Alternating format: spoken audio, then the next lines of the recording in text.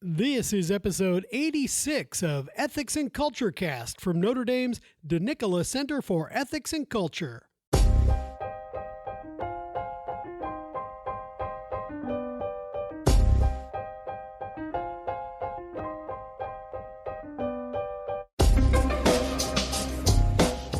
Welcome to episode 86 of Ethics and Culture Cast from the DeNicola Center for Ethics and Culture at the University of Notre Dame. I'm Ken Hellenius, the communications specialist at the center. In this episode, we chat with Bill Mattison, the Wilsey Professor of Theology at Notre Dame and author of Growing in Virtue, a Thomistic Account. We chat about habit, custom, and cooperating with God's abundant grace as a disciple of Jesus Christ. Let's sit down together for this delightful conversation.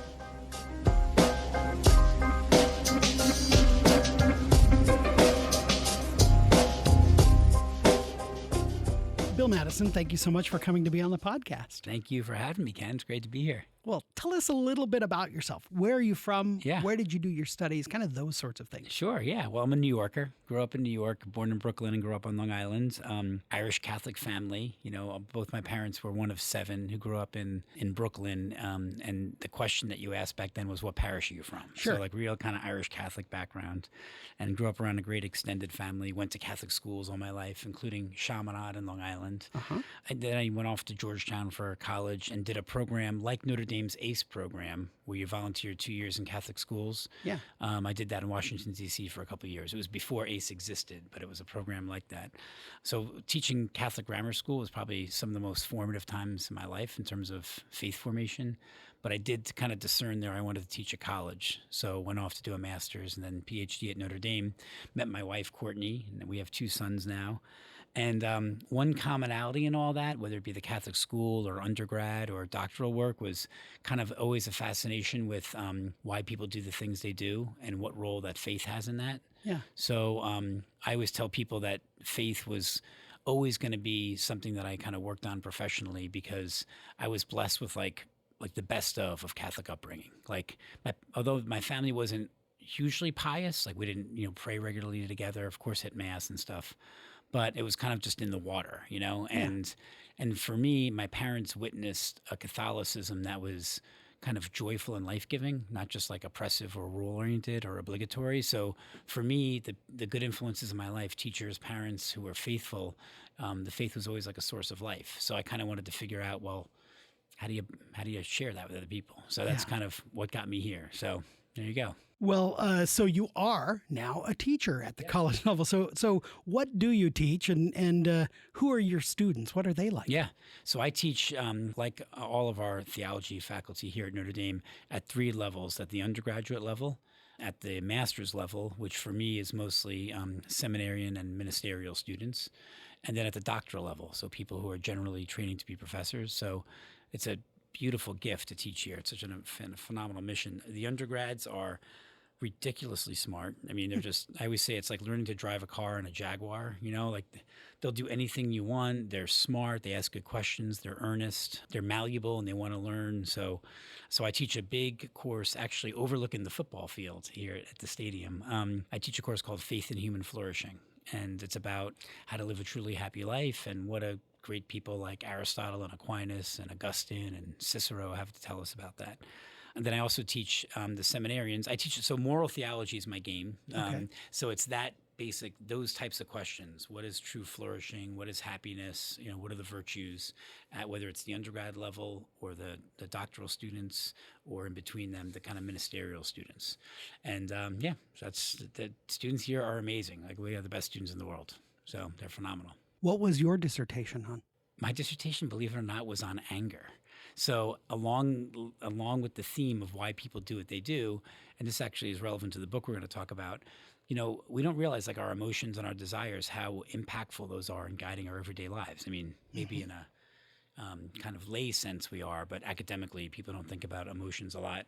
So I really wanted to look at the role of the emotions in the moral life. And my doctoral advisor, Dr. Jean Porter, who's one of my great heroes in life, in her great thick Texas accent I said, hey, Jean, I want to talk about the role of the emotions in the moral life. And she said, Bill, that's not a doctoral dissertation, that's a life's work. So I was like, okay. And she's like, you want to study anger. And I said, gosh darn, if I'm going to be spending the next 2 years of my life telling people at cocktail parties I'm writing a dissertation on anger, I sound like, like some kind of angry person.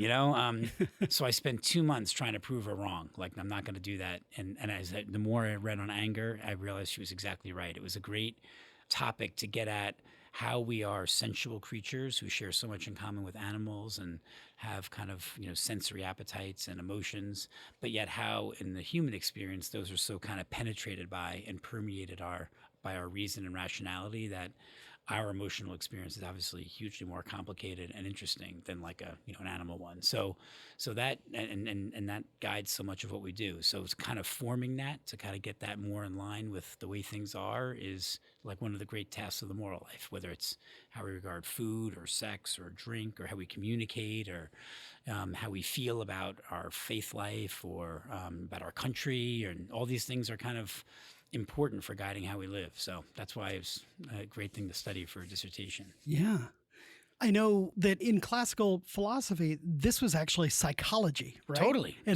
And so, That's right. And it's incredible how, like, they had a grasp on this Totally. well before Freud and Jung and all these That's guys. right. Yeah, like because of a lot of poor visions of psychology, we're getting better at now with cognitive psychology, but it seems more kind of hydraulic. You think of Freudian, like needing to get stuff out of your system. We say things like there's fluid inside of us or bile or something. Humors, if you will. Humors, exactly, right?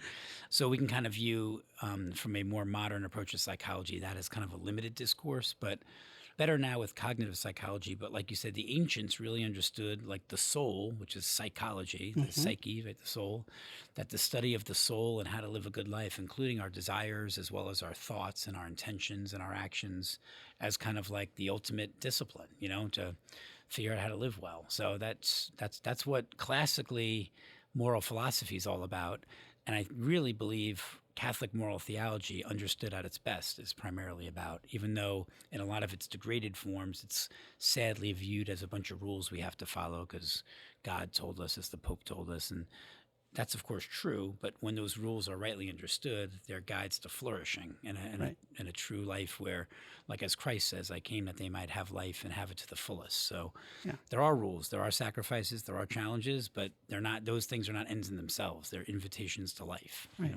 Ask any Olympic athlete That's right. at their highest, and their lives are very tightly That's right. regimented in order to be excellent at what they do. Right. And I like to say intentional because when we say disciplined, it sounds like thwarting, but intentional, just like you should be intentional about how you eat or how you live out your marriage or how you are disciplined about your work habits. So those things do require sacrifices. We don't feel like doing them at times, but when they're truly life-giving, they're ultimately life-giving. So that's why we do them, Help you flourish. Yeah, exactly. Amen. Yeah.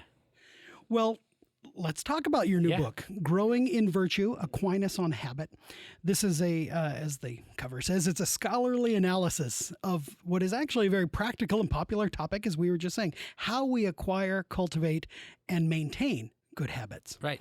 So tell us a little bit, how did this book come about and your interest in the question? You kind of hinted at that. So earlier in my career, maybe like 20 years ago, I had written a book that's called Introducing Moral Theology, True Happiness and the Virtues. And it's sold a lot of copies. It's used in a lot of college courses to teach Christian ethics and moral theology.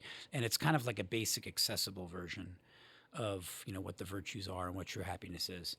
As I went on into my career and taught more doctoral students, I got involved in a lot more scholarly debates over the technicalities of virtue. So stuff that, most people would fall asleep listening to, but ultimately is important and down the road matters, but, the kind of discourse is a little bit less engaging. So it was in the midst of one of those debates that I kind of stumbled upon this book, and I'll tell you the debate because I think it's interesting, so maybe you'll fall asleep. But the debate is, what is the relationship between what Aquinas calls the acquired virtues and the infused virtues? All right, so here's the setup. So I would say that most people who are listening to this, I would include myself, think two things are true, and they seem in tension.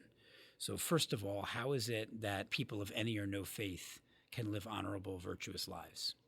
We all know good parents who sacrifice or political rulers who are honorable and just. Maybe fewer of those today, but exactly. Conceivably, We'll right? posit that they Conceivably. exist. Thank Yes, you. Yeah. yes. But good people we work with at our hospitals, at our schools, at our companies that may not share our faith, right? That are honorable people. So we want to grant that. We also want to grant that as people of faith, our faith doesn't just shape our prayer life or our sacramental life, but shapes everything we do, and kind of permeates all we are. So those two things seem in tension, right? Like it seems like you need faith to do everything well, but on the other hand, people of different or no faith can live well. So Aquinas is a pretty clear answer to this. He thinks that there are virtues, which he calls acquired virtues. And by that, he doesn't just mean obtained. He means like we're able to achieve them with unaided human reasoning, like just good communal and individual thinking that leads to good practices. So acquired virtues or natural virtues enable us to flourish in terms of our natural flourishing, our health, good community, good parenting, good friendship. But he also thinks that in a life of discipleship, through God's mercy, God gives us the grace not only to help us naturally flourish, although that happens too, but to live in a manner that's transformed because it's oriented toward God's kingdom. So the infused virtues are these virtues that are only possible with God's grace. So the question is, like, what's the relationship between them? And in particular, particularly you can imagine someone who converts. If I'm a pretty virtuous dude, but I'm not a Christian, and then I become a Christian, like what happens from the acquired virtues to the infused? Do I now have like two sets? Does one become the other? There's one like there but inactive and kind of lurking underneath. So there's a big scholarly debate over this over the past 10 years. And really it's a debate about the relationship between nature and grace. Mm-hmm. So in writing in this debate, I realized, wow, a lot of the people who write in this debate, they don't get what a virtue is. Like a virtue is a habit. People don't have a good sense of what that is. They almost view it as like an artifact, like a golf club you can pick up or a tool to use or not, and it's not. Or they kind of view them vaguely as like values, like, oh, virtues are good, we pursue virtues. But it's a little bit more robust vision that Aquinas had following Aristotle of what a virtue is. So anyway, virtues are good habits. So the name of the book is Growing in Virtue, Aquinas on Habit. The book is really about like what the heck is a habit? And if you get habit right, then you can actually start to understand what it means to grow in virtue or to gain a virtue. So that was the origin of the book. It started from the uber technical to then like, okay, let's go. It's still technical, but it's a little bit more foundational. Like what's a habit? So that's what the book tries to get at. All right. Well, then I'll go ahead and ask the question, what is a habit? Yeah. And then I'm going to ask two side questions that go with it, because other words that are related to in your book, that Thomas, is disposition and custom. Yeah, good, good. So define those for us. Yeah, sure. So basically, I mean, the habit is just what you think, right? But there's little nuances to our colloquial use of habit versus a kind of more technical sense of habit. So a habit is basically a stable disposition to do some sort of activity well. So with regard to eating, I may undereat or overeat or just right, or I may be a salty guy or a sweet guy, or I love Chinese food, or I love, greasy American food. So there's all different ways that we all have natural abilities. So I'm talking about eating. And those natural abilities are oriented toward goals or ends. We eat to nourish ourselves and to be in communion with other people. But the specific ways that can happen, they're really underdetermined. And it's through a variety of things in our lives that they become more specifically determined. And those things include like our natural temperament. I'm a guy who, like, I like salty stuff. I don't really care about sweets, but put a pretzel in front of me, it's game over. So I'm just a salty guy. Through how we grew up, how did your family grow up eating?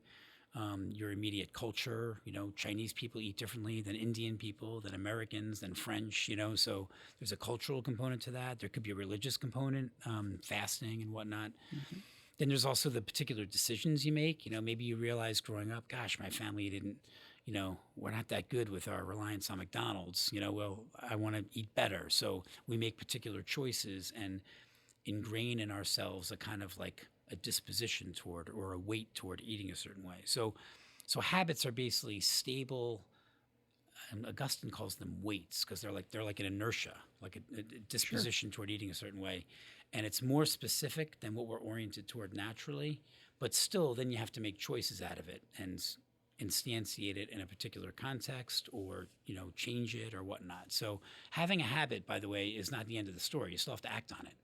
And so habits are stable, dispositions to do a certain sort of activity, how we communicate, how we use our sexuality, how we relate to our parents, how we encounter the vulnerable, how we face difficulties, to do those things in a certain way. So that's what a habit is. If it's a good way, it's a virtue. If it's a bad way, it's a vice. Okay. And then what is custom?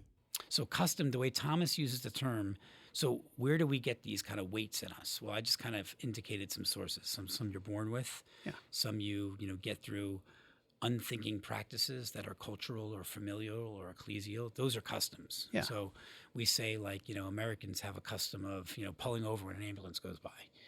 Like, you don't think about that. You don't think about, am I being just? Am I like, why am I doing this? Like, you just do it. It's what you do.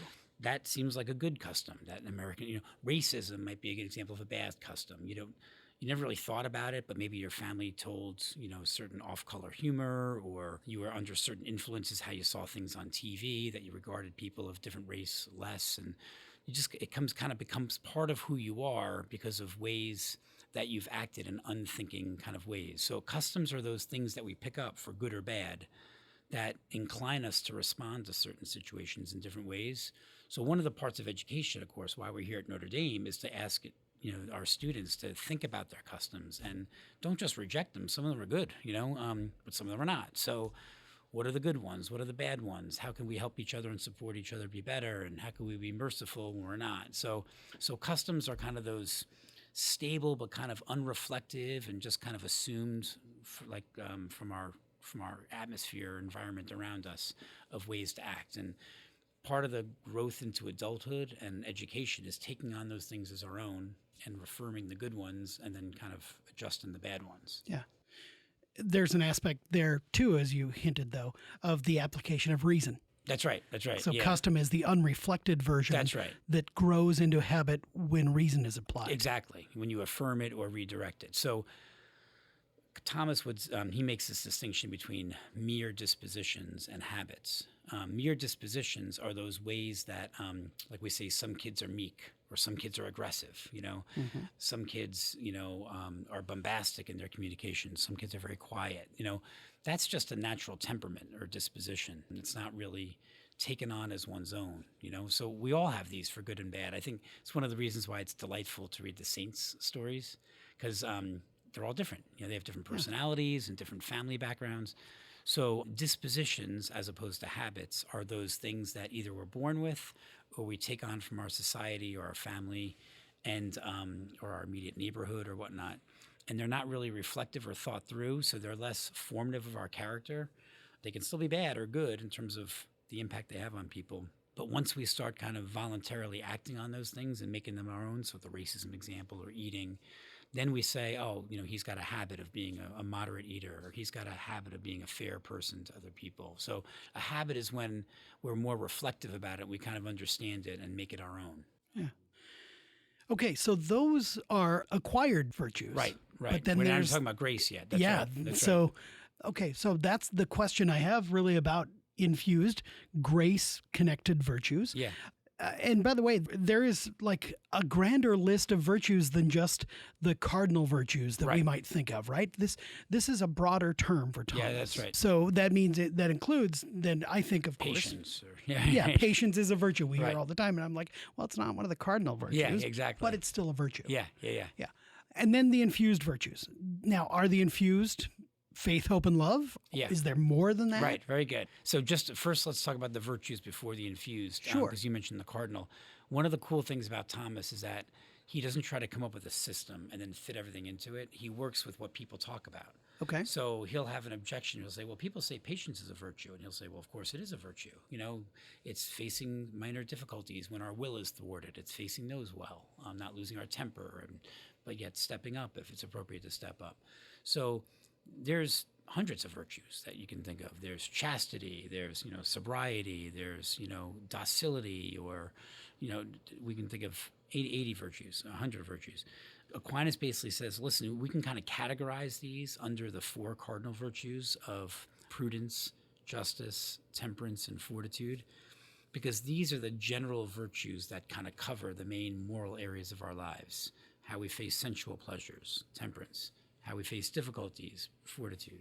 How we relate with others, justice. and how we make practical decisions, prudence. Any other virtue will kind of fall under one of those.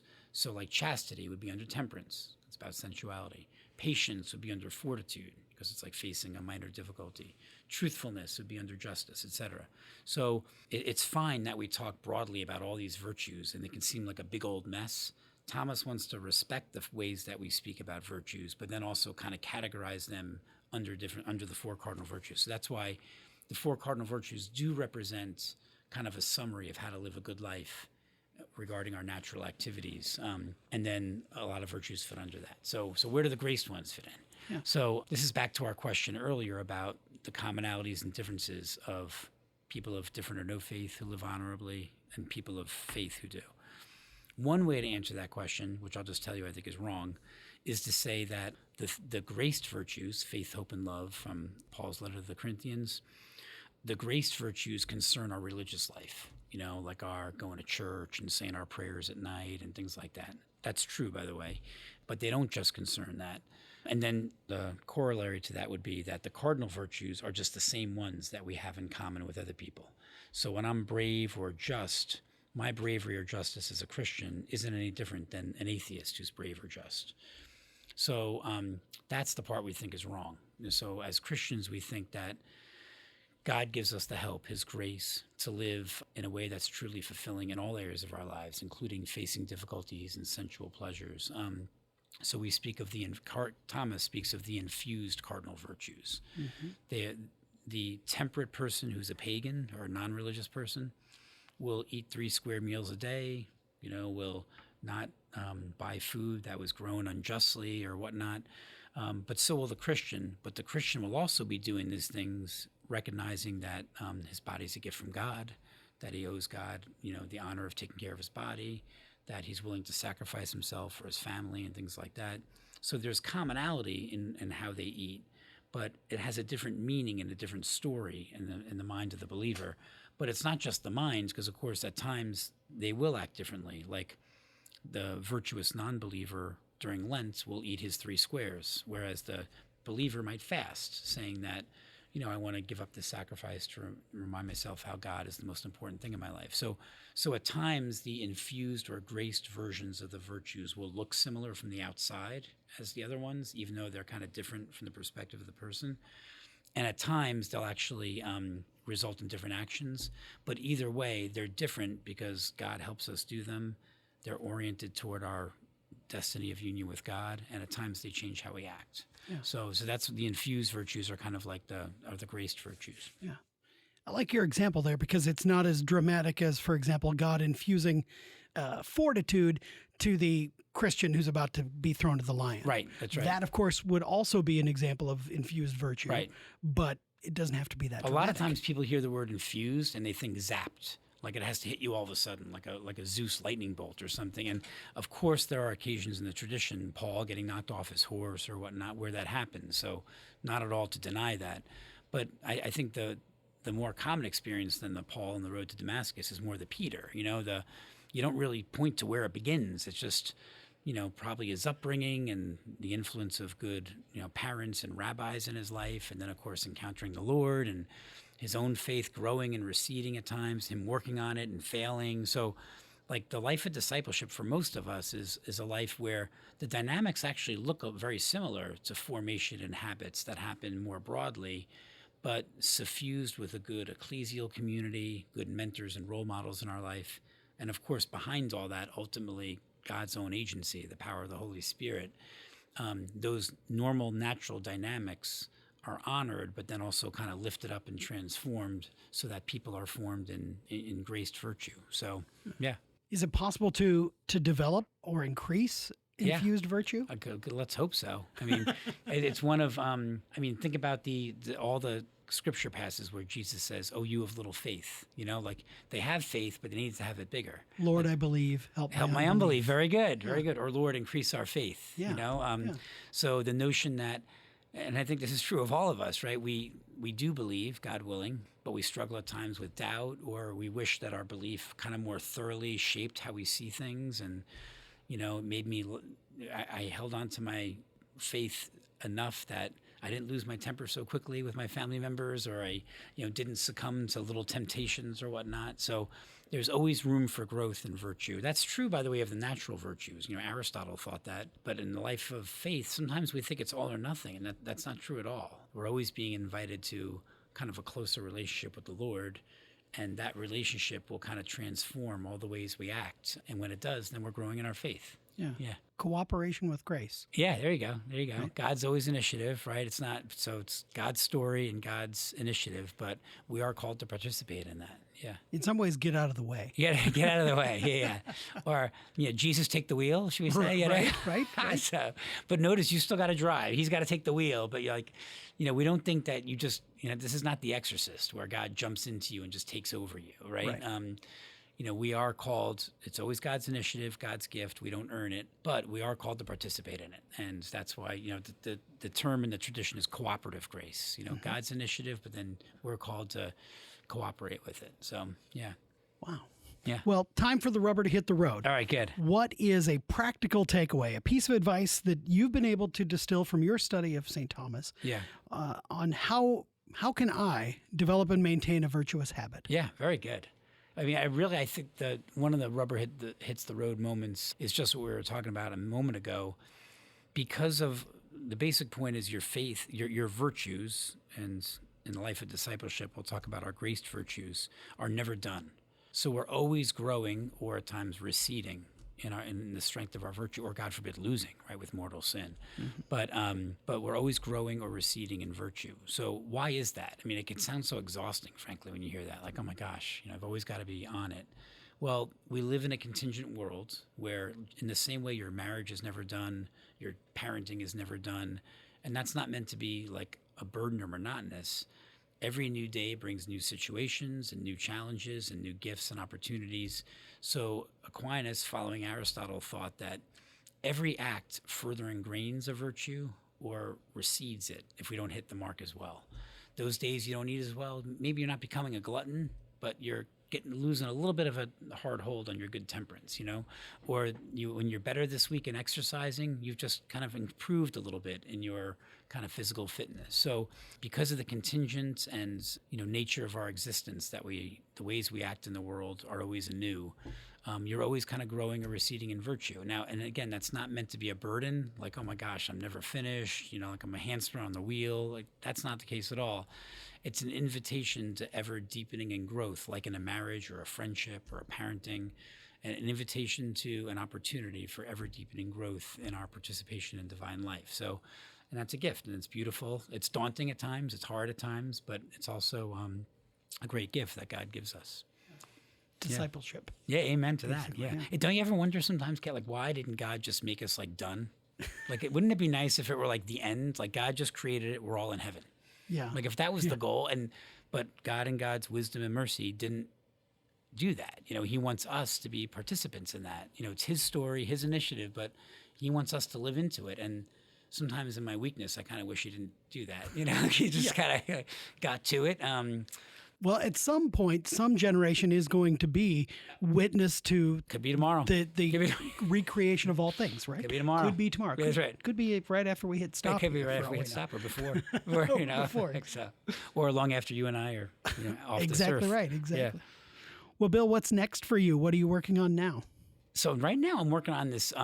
It's related to what we've been talking about the relationship between grace and natural virtue. The Church has always taught that, and not just recently in like Notre in Vatican II, but even like Justin Martyr in the 2nd century, that at times God's grace is at work in ways when people don't understand it and know it. So for instance, Notre says that when people through no fault of their own don't know about God or grace or religion, but yet live honorable lives, that could be a path to salvation. That God and God's mercy can save people who aren't Christian. Okay. Mm-hmm. So I think most of us kind of get that. We think God's got to have a plan for people who never heard of Jesus, right? He's not unfair. So the weird thing about that, though, Ken, is that like that Lumen Gentium passage, other things in the tradition like it, they make it seem like when that happens, then people must be animated by God's grace. In other words, they must have the infused virtues and not know it, right? But then the church, people like Aquinas and more broadly the church, have generally affirmed that you can have virtues that are natural and they're not graced, but they're true virtues, even though they're not oriented toward heaven. Well, but why do some people then have only natural virtues through their good efforts that are only ordered toward natural human flourishing? And then why do some people, even though they don't know it or kind of explicitly participate in it, have virtues that to them seem natural, but somehow are actually God's work at their life, bringing them to redemption and salvation? So I don't have an answer for that yet. We got to figure that one out, though, because it seems important. Like everybody trusts in God's mercy and fairness, and we want to recognize that God's at work in ways we don't fully understand.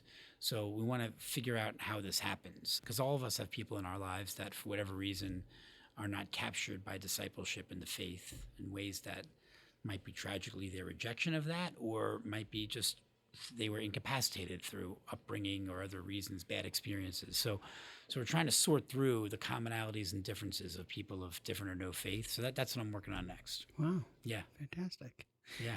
And then also you have a recent book out about the Gospel of Matthew. Oh, yeah. So this is and now for something totally different.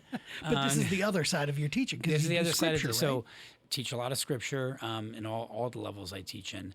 But this book is, and we've been doing a podcast on this one. I'm inviting myself back. This book is called Follow Me, Walking with Jesus in the Gospels. It's a collection of 20 gospel passages and then a few page reflection on them. Each one is told, obviously imaginatively, written by me, in the first person perspective of a character in the story. So the woman at the well, looking back in the first person, but in hindsight, about what it was like to meet Jesus that day. Where was she at? What was it like to talk to him?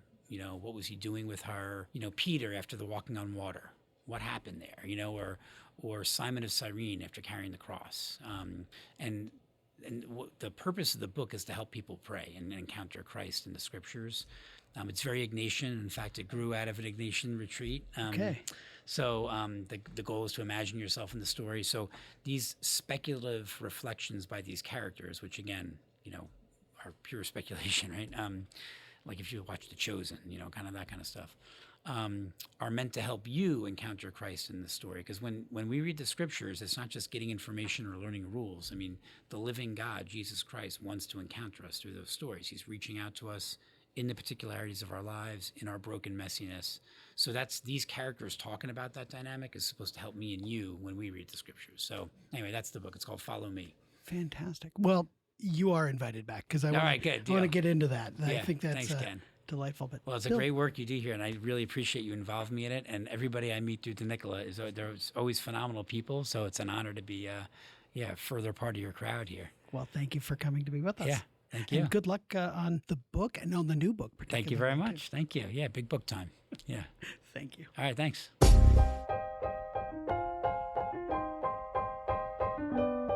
Thank you to Professor Bill Mattison. In the show notes, you'll find links to his books Growing in Virtue and Encountering Jesus in the Gospels. Subscribe to Ethics and Culture Cast so that you can always get the latest episodes by visiting ethicscenter.nd.edu/podcast. We would love your feedback.